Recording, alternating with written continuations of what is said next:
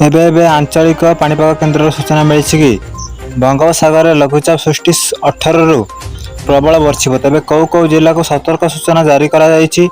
आज संपूर्ण खबर जानिबा ता पूर्व वीडियो गोटे लाइक करंतु, चैनल को सब्सक्राइब कर नथिले चैनल को सब्सक्राइब करी पाखर आस्ते बेल आइकन को प्रेस करी ऑल सेट कर दियंतु।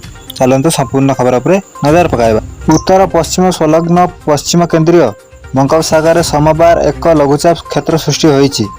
यह वायुमंडल 7.6 किलोमीटर जाए व्यापीवा सह दक्षिण पश्चिम दिग को ढली रही। यह प्रभाव राज्य में सोमवार विभिन्न स्थान में प्रबल वर्षा होईछि। दिन तमाम वर्षा लगी रही बेले किसी स्थान में प्रबल और अति प्रबल वर्षा होता भुवनेश्वर आंचलिक पाणीपाग विज्ञान केन्द्र पक्षर सूचना दी जाए।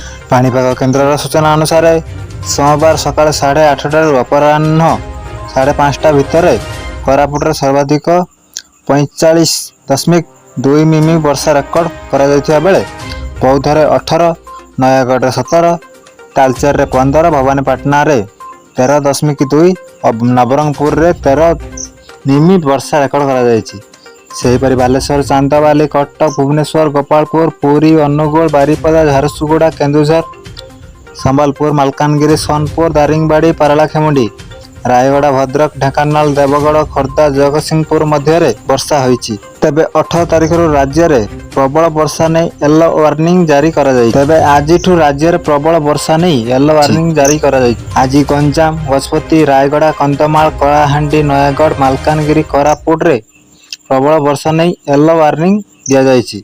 सेपटे उत्तर पश्चिम बंगोपसागर रे आसंता 19 तारिख आउ एक लघुचाप सृष्टि होवार संभावना रही बोली पाणीपाग केन्द्र पूर्वानुमान करिछि। सूचना योग्य लघुचाप और राज्य में दक्षिण पश्चिम मौसुमी वायु सक्रिय रहिबा जोगु वर्षा लगी रही। तेबे वर्षा होउतिले मध्य एबे भी राज्य में स्वाभाविक परिमाण में वर्षा होई नाही। तेबे यह थिला आज पाणीपाग खबर। एमती सबुदिन पाणीपाग खबर जानिया पई आम चैनल को सब्सक्राइब करंतु, पाखर आस्ते बेल आइकन प्रेस करी ऑल सेट कर दियंतु। आपण अंचल में केमिति वर्षा रही, आपण कौ जिल्ला कमेंट रे जणांतु। Bureau report, Odia Manik.